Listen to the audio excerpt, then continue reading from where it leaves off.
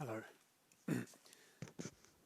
I'd like to talk to you today about the impact the Covid-19 crisis has had on the aviation sector.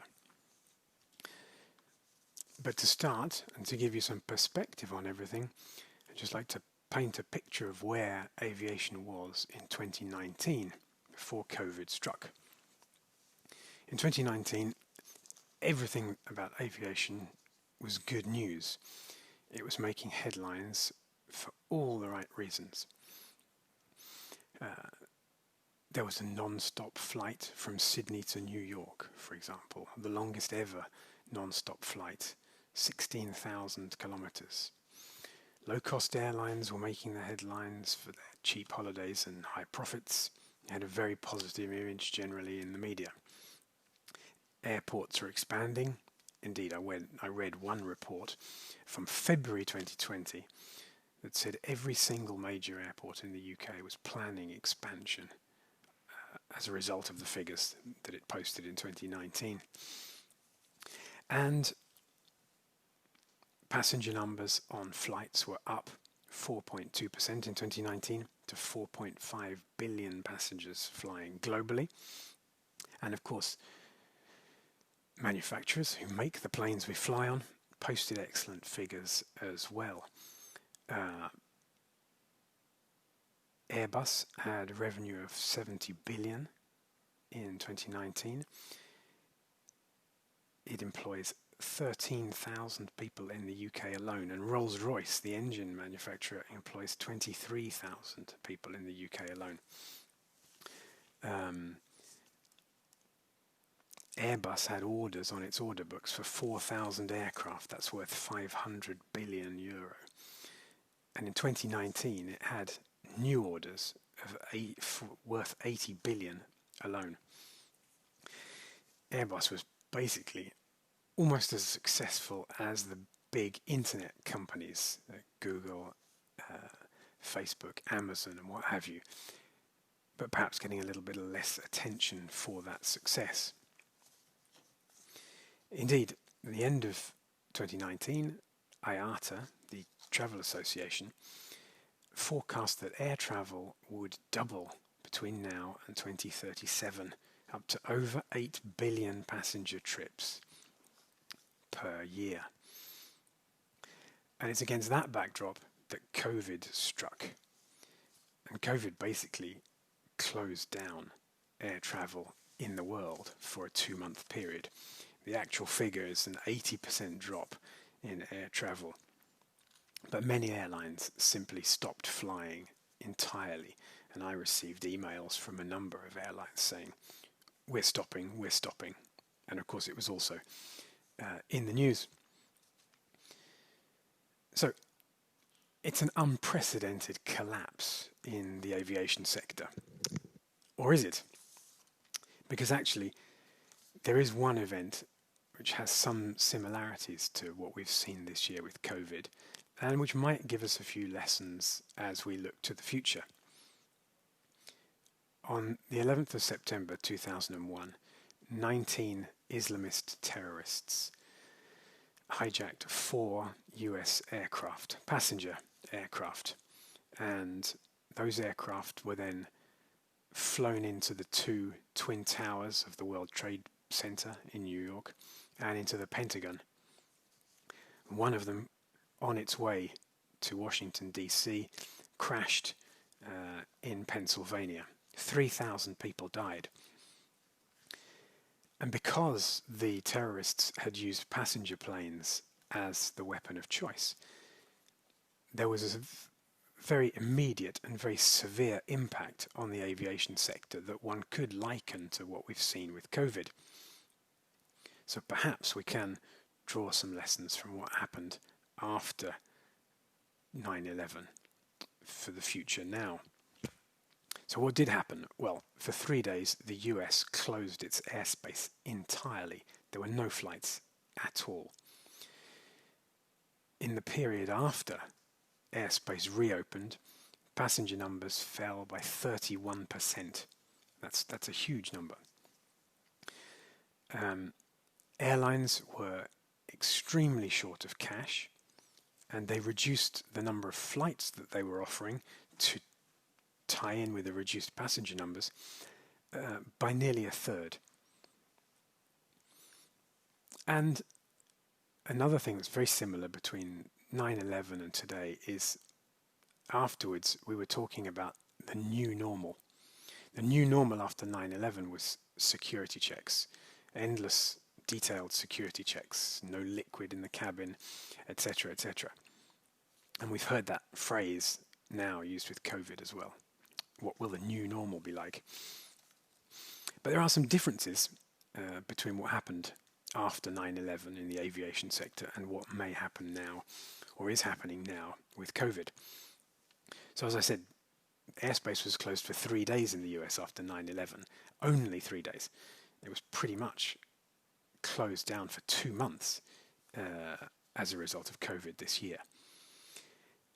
9/11 really only affected the US aviation sector and flights to and from the US, whereas COVID has had an impact across the entire world. So it's far further reaching, far more far reaching.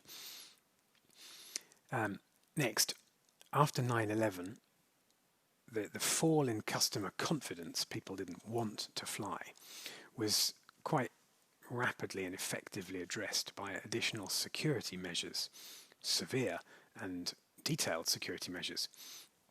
That's not going to work for COVID because if we want to address passenger confidence, we need a vaccine for COVID. And that is not something that is going to happen anytime soon. After 9/11, a lot of airlines went bankrupt. US Airways, US Airlines, big companies that people didn't think were going to fail. However, after COVID, both in the US and in Europe, governments have refused to allow airlines to go bankrupt, and they've offered them big bailouts in the US to the amount of about $25 billion. And France and the Netherlands have already promised €11 billion to the Air France KLM joint venture to keep them afloat. After 9/11, Boeing, big aircraft manufacturer, I beg your pardon, cut 1/3 of its workforce. Now, we can't yet compare with COVID, but Airbus and Boeing have both already announced that there will be job cuts as a result of COVID. We just don't know the amount yet. So what lessons can we learn from the similarities and the differences between what happened after 9/11 in the aviation sector and what's going to happen now because of COVID? Well, the impact of 9/11 was focused on the US. It was shorter term, and it was based around something that companies were able to solve, namely the security issue. Even so, it took 5 years for passenger numbers to reach the level that they were in 2000. Boeing, as I've said, cut 1/3 of its jobs as a result, and it took share prices in the aviation sector 15 years to recover to the levels that they were at in 2000. So what does that tell us now for the future after COVID? Well, I think it tells us that the recovery is going to be a long one. It's probably going to take much longer for passenger numbers and capacity to reach pre-COVID levels because, as I say, we don't have a vaccine. So if we don't have the solution, we can't even really start the recovery. That's going to have a much bigger effect on manufacturers like Airbus and Boeing. So we're going to see more job cuts than we did after 9/11. Now, I mentioned the fact that governments had offered bailouts to airlines and to manufacturers. However, in the EU, state aid is strictly regulated, and those bailouts will be linked to proven measures to guarantee the viability of companies in the future. That basically means cost cutting, and that basically means job cutting. The French bailout, interestingly enough, will also be linked to climate change and the reduction of greenhouse gas emissions. There'll be a permanent reduction in domestic flights where train connections are available, Air France, for example, will not be allowed to run domestic flights. What else can we see for the future after COVID in the aviation sector? Well, many people believe that there will be in the future fewer connecting flights.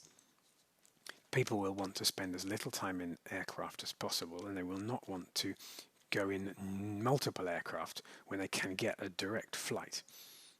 At the moment, you'll be aware that flying via a hub is often cheaper than flying direct A to B. The fact that people will avoid those connecting flights also means that the big aircraft that collect passengers at hub airports to fly them on will no longer be terribly useful. So I think it's the end of the line for the Airbus A380 and for the Boeing Jumbo, the 747. There'll be a rise in the number of short flights because people will probably say to themselves, if I'm going to risk COVID in a plane, then make it a short flight, 1 hour, 2 hours. So short flights in Europe will probably recover first. Long-haul flights will recover much later. Younger passengers will probably risk going back into planes before those who are older or over 60, over 70 at least, and those with health issues.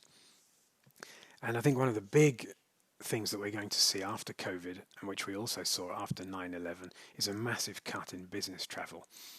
We've all discovered Zoom during the COVID crisis, and business travellers will probably now be avoiding air travel for two reasons. The health reason, obviously, but they'll also have seen the costs that they save. And so I think there's going to be a major reduction in the degree of premium business travel over the next few years, and that indeed may never recover. So there you have it. It's a fairly bleak picture, I'm afraid, for the aviation sector. It's going to take a very long time to recover. Thank you.